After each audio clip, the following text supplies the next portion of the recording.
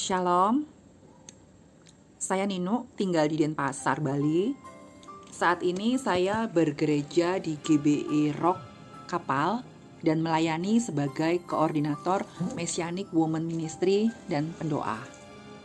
Nah, saya mengetahui positif COVID itu di tanggal 14 Juni setelah melakukan tes PCR di Balai Lab Kesehatan Provinsi Bali. Jadi gejala awalnya yang saya rasa, saya batuk dan demam, tapi batuk itu di bagian tenggorokan saya itu serasa panas dan seperti terbakar gitu. Awalnya di tanggal 4 Juni sepulang dari luar kota, saya itu merasa capek dan kurang istirahat. Nah, pada saat itu suami saya itu batuk-batuk. Dan pada saat batuk suami saya tidak menggunakan masker. Jadi suami saya itu menularkan batuk kepada saya.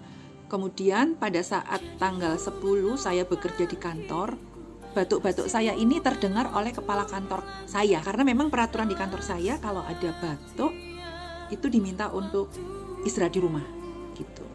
Nah, kemudian di kantor saya kalau kita mau wajib bekerja kembali, kita wajib tes COVID. Nah, saya pikir itu saya batuk pilek biasa dan saya kepengen kerja. Akhirnya saya melakukan tes dan ternyata saya positif. Saat saya tahu terpapar COVID-19 itu saya kaget. Padahal saya sudah vaksin 2 kali. Saya divaksin di bulan April 2021. Dan ternyata setelah saya flashback ke belakang, ternyata saya agak sulit tidur.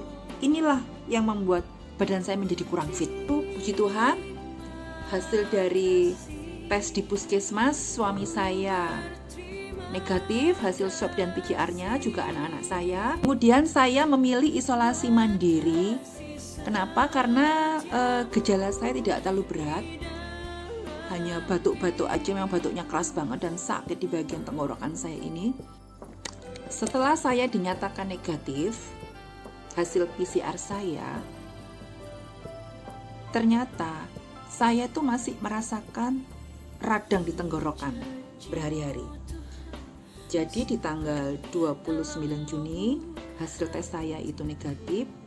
Lalu di tanggal 1 Juli saya udah harus bekerja kembali, tapi saya masih merasakan radang di tenggorokan saya. Jadi kalau saya makan yang sedikit dingin atau goreng sedikit aja, batuk terus gitu. Jadi saya merasa walaupun hasil PCR saya sembuh, tetapi saya masih merasakan adanya radang di tenggorokan. Dan pada saat saya naik tangga di kantor saya, tangganya lantai 4, itu betul-betul saya masih merasakan sesak nafas, megap-megap. Tetapi selama isolasi mandiri 14 hari, justru saya merasakan retret bersama dengan Tuhan luar biasa. Bagaimana Roh Kudus itu betul-betul nyata dalam hidup saya. Jadi pada saat saya isolasi mandiri itu saya memperbanyak jam-jam nyembah saya, jam-jam doa saya, dan saya mempertajam mata kapak saya. Saya banyak sekali belajar firman Tuhan. Tetapi karena saya merasa pada saat itu saya butuh mitra doa, lalu saya minta didoakan juga sama mentor study Bible saya.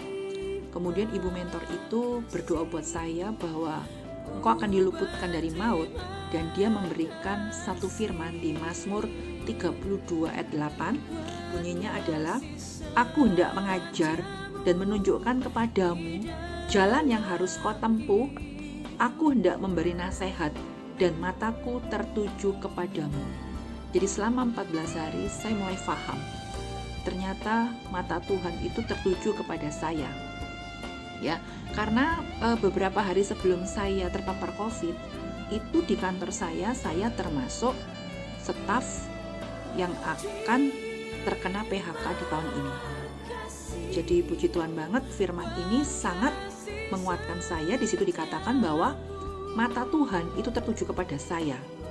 Dan janjinya Tuhan itu akan mengajar, menunjukkan kepada saya jalan-jalan yang harus saya tempuh. Bahkan Tuhan sendiri yang akan memberikan nasihat.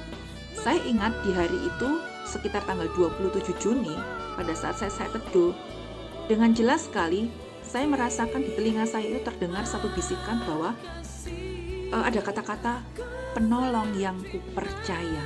Sebuah lagu yang judulnya Penolong yang Kupercaya. Jadi di situ dikatakan bahwa adalah janjimu itulah yang menopang kehidupan aku. Jadi betul-betul lagu itu sangat menguatkan saya pada saat saya isolasi mandiri.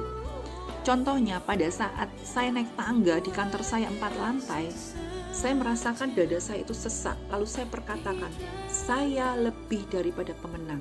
Jika Allah di pihak saya, siapa lawan saya? Jika firman ada di dalam hidup saya akan berkemenangan. Saya sehat, paru-paru saya sehat, paru-paru saya kuat, paru-paru saya sudah sembuh, saya diberkati Tuhan, saya happy. Dan saya percaya itu betul-betul menguatkan saya. Dan pada saat di akhir saya melakukan isolasi mandiri di tanggal 28 Juni, luar biasa banget. Tuhan memberikan sebuah penglihatan kepada saya. Saya melihat sebuah pohon jambu berada di dalam sebuah rumah dengan halaman yang luas. Tetapi pohon jambu itu dia berbuah sampai di luar batas tembok rumah tersebut. Jadi satu penglihatan itu mengingatkan kepada saya, ayo setelah saya sembuh, Tuhan pengen saya untuk berbuah. Tidak hanya di lingkungan saya, tetapi mulai berbuah di luar tembok. Tuhan kepengen kepada saya, ayo hidup bagi Tuhan untuk menolong orang lain. Jadi pesan itu betul-betul sangat profetik buat saya. Selama isolasi mandiri, justru saya merasakan bukan sakit, tetapi betul-betul saya betul-betul retret dengan Tuhan. Saya jadi tahu apa yang Tuhan mau dalam hidup saya dan apa yang Tuhan mau dalam hidup saya ke depan. Terima kasih, Tuhan Yesus memberkati.